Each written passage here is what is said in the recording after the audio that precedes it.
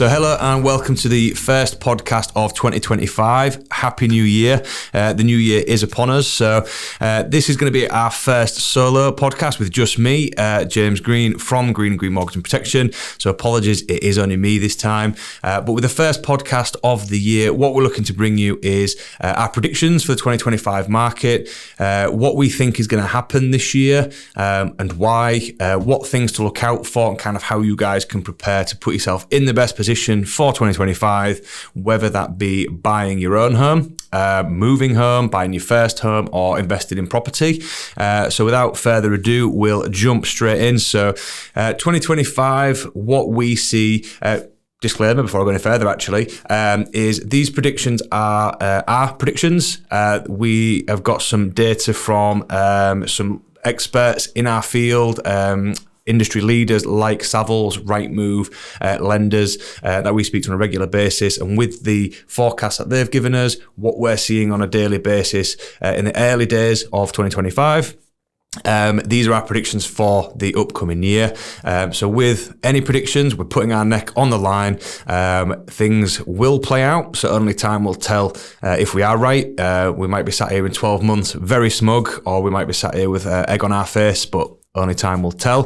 But the main thing for this year, we see the market as a whole as being a buyer's market. Now, there's quite a few reasons for that. So why do we think this year is going to be a buyer's market? Now, first of all, looking back at 2024, first-time buyers made up over a third of the market. That's all property transactions in 2024. So that's home movers, investors, commercial, residential. First-time buyers made up a third of that market last year. So we see that trend continuing this year in 2025.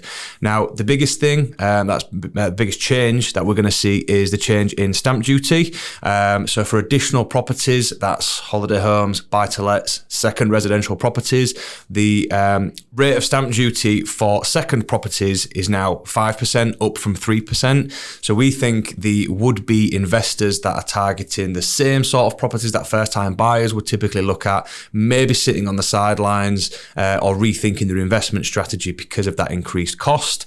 Because of the lack of competition for these sort of properties, that's going to create an opportunity for first-time buyers to then start buying these, what you would call starter homes, these sort of cheaper homes as you get yourself on the ladder. So that's going to open up a great opportunity for first-time buyers. The Bank of England, they dictate the rates in which lenders get their money at, which then gets lent to customers. The base rate currently sits at 4.75 at the time of recording. A lot of economists, lenders, people in the industry do think that between now and Christmas this year, that base rate is going to drop by a whole percent and fall to 3.75%. Now, some lenders that we've spoken to were very optimistic and they thought this is going to fall to 3%. We think it is going to be 3.75, a little bit more conservative. Now, typically, we think that's going to happen in four equal drops of 0.25%. The reason being is the Bank of England don't like to make massive changes because with massive changes comes massive upheaval. They would like to do this steadily to ease people back into these new rates. So we think four equal drops of 0.25%, falling at 3.75 by Christmas. The interest rate that you get on your mortgage is a big deciding factor on whether you decide to buy now, you hold off, and things like that. So many first-time buyers who are the people that we're speaking to at the moment can be forgiven for thinking interest rates have always been 1%. Now, I'm 34 years old now, so when the financial crash of 2008 happened, I was 17 years old. So I remember people queuing around the block trying to get into Northern Rock, get their money out, and I've only ever known interest rates, both as an adult and as an advisor, of anywhere between 1% and 4%. So now first-time buyers, the generation younger than me, 10 years younger than me, can be forgiven thinking that rates have always been this low, and it hasn't always been the case. The rates we've got at the moment are typical of the historical average over the last 300 years. Bear in mind, it took 300 years for the base rate to hit 0.1% when COVID happened. Now, that was a global pandemic. Touch wood, that never happens again. But if you're waiting for rates to hit 0.1% again, you're going to be waiting for another 300 years. So the rates that we've got now are typical. we're going to have to learn to live with them. Rates are hopefully coming down in the future. So if you are buying now, you can secure a rate now, but if rates do drop, you can look to keep switching the rate between now and completion. That's where a good advisor like ourselves will come in and help you with that. But rates are typical and historical average at the moment, with the look of they're going to improve between now and Christmas. So for those first-time buyers who are hopefully going to make up a big proportion of this market, a year on now since high inflation is now curbed at 2%, which is the government's target. So that's a big bonus. But the average wage last year increased by 6.9%. Which is over that inflation figure. So although it might not feel like it, buyers have got a little bit more money in their back pocket now, which can then go towards saving the deposit or a little bit more money freed up to cover a mortgage payment, which makes people feel a little bit more optimistic about taking that leap of buying a home. Now, all those buyers that have had lifetime ISAs, Help to Buy ISAs, you've had another 12 months under your belt of saving that extra money, which is therefore going to help you get that deposit, either a larger deposit or get to that deposit amount that you need much quicker.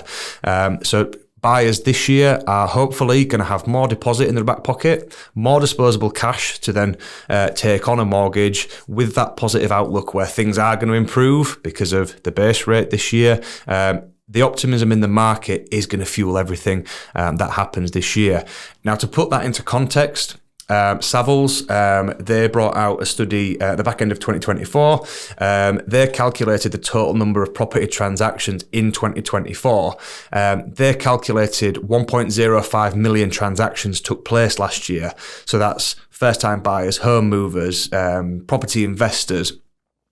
They predict that this year there's going to be an increase up to 1.3 million transactions. So that's that's a third more transactions than last year, because of what they've seen, the data, the psychological impact of what we're seeing. We're expecting more property transactions next year, which is only a good sign. Now, with more property transactions comes more competition, more people wanting to buy the same number of properties. That's going to drive property prices to go up. So those people that have been sat on the sidelines waiting for rates to drop, waiting for house prices to drop, is the wrong way of looking at it. When interest rates drop, more people want to buy. More people that want to buy, that drives up house prices. So the money you would have saved on the interest rate has then been spent on a more expensive property now. So the ideal time to buy something is when everybody else is fearful. If you can secure a good rate, you've got less competition, you can grab yourself a bargain. Buy the property now, hold it for the long term, because if it's going to be your home, you intend to live there for quite a while. And then as time goes on, rates improve and you come to remortgage, that is when you can start to get yourself a better deal in the future after you've secured the property, rather than waiting for the perfect time, which never really comes around. It's going to save you an awful lot of money moving forward. First-time buyers are still going to benefit from the personal allowance when it comes to stamp duty. However, moving forward now, the stamp duty holiday that was once put in place during COVID to help stimulate the property market is now reverting back to what it was before. So stamp duty now, as it was previously in 2020, for property prices, the first £125,000 purchase price is free. Anything between 125,000 and 250 will be charged at 2%, and then anything from 250 up to 925,000 will be charged at 5%. Now, most of our listeners are based where we are in Hull. You can buy probably a full street for 900,000. So the stamp duty changes there aren't going to make too much of an impact. But for those people buying in the more expensive, more affluent areas, that's going to be a major consideration when it comes to buying your first home or your next home. So we've touched quite a lot on first-time buyers. So what about home movers? Those that either own a property now or have owned a property in the past, who've owned a property in the past and are therefore no longer classed as a first-time buyer and don't get that first-time buyer allowance. So for home movers, again, that is where those stamp duty thresholds would apply. One of the questions we get quite a lot is, Can I add the stamp duty to my mortgage? Unfortunately not, because that's a separate transaction to the government. That has to come from your own funds. You can't pay it on a credit card. It's got to come from your own funds, and we can't add it to your mortgage. So that is a cost that people are going to have to factor in when it comes to moving house. What about for investors? So Hull is an absolute hotbed for property investors because of the cheaper properties in comparison to the rest of the country. We have some properties with very high yields, so cheaper properties with cheaper mortgage costs, but still rent really well. So what does this mean for investors? So first of all, that increase in stamp duty up to 5% is going to have to be factored in. Again, there is no way around this. The government do get their pound of flesh somewhere, and this is where they get it from. You can't add it to the mortgage. You can't get away from it. You can't minimise it. The threshold still applies. So any property valued below £40,000 is exempt from stamp duty. It's anything over 40,000 that you would pay that, which in 2025, it's now impossible to find a property for less than 400,000, especially one that's in a mortgageable state as well. So the additional cost for stamp duty is the first one for people looking to buy. Now, we think investors that have held properties for a long time are probably going to hold on to them for a little while longer. The reason being because of the change in capital gains tax. So you're older, for lack of a better word, investors who 20, 30 years ago amassed quite a large portfolio of properties held in their own name before the tax laws changed about mortgage interest for investors with properties in their own name. In years gone by, because of those changes, they were looking to either sell them to a limited company or they were looking to sell them to other investors to offload them whilst it was tax efficient to do so. Because those tax changes have now come in, we see investors probably holding on to those properties that they were originally going to sell.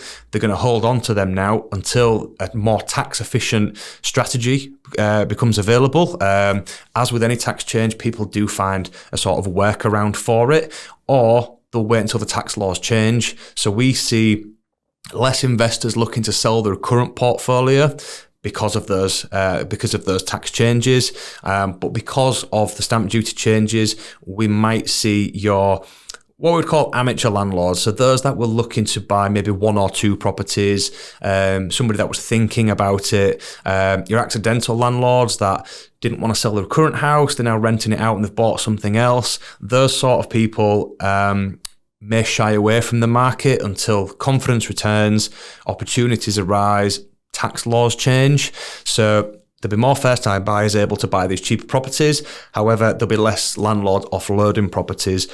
And we think the buy-to-let sector will shrink a little bit this year for those reasons, because property investment isn't as lucrative as what it was, say, 5 years ago.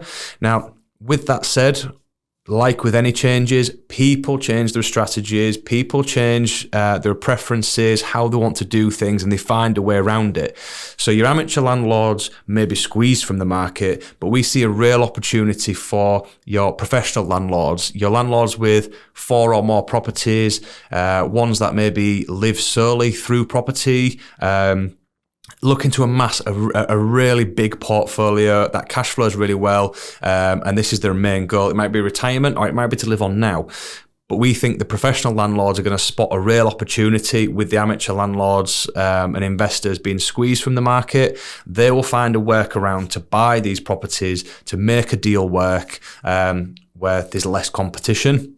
Now, the other thing off the back of that we also see is investors, changing their investment strategy. So again, years gone by, people would buy single properties, let them to a family on a standard tenancy agreement for, say, £600 a month.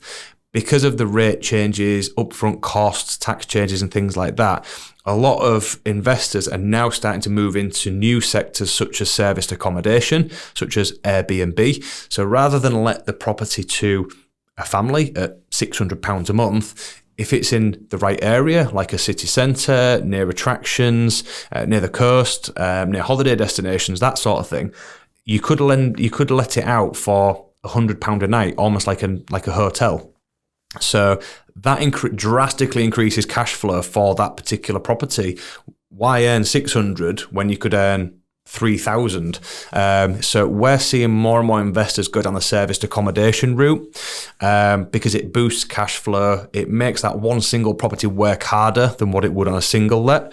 But then we're also seeing a lot of investors go down the rent to rent route, which for those that aren't familiar with rent to rent is rather than buy the property and incur the legal costs, have to put a deposit down, the increase in stamp duty, you take over a property from a landlord that may be letting that property for £600. You still pay them that £600, but then you list the property on Airbnb and you take the profit. So once you've paid that landlord, that profit is yours. So you minimise the costs because you've not bought it. You've got an asset that's generating cash flow from day one, so you can either live off that cash flow or put that cash into buying a property in a few years once you've got a decent pot, or you may just stay as you are just to avoid all these costs. So that is a quick whistle-stop tour of what our predictions are for this year. Short and sweet. As with all predictions, only time will tell. This is taken from data and from what we're seeing on the ground, advising people on a daily basis, kind of what people's opinions are, what their attitudes are, and what their actions are, what they're actually doing about it as well.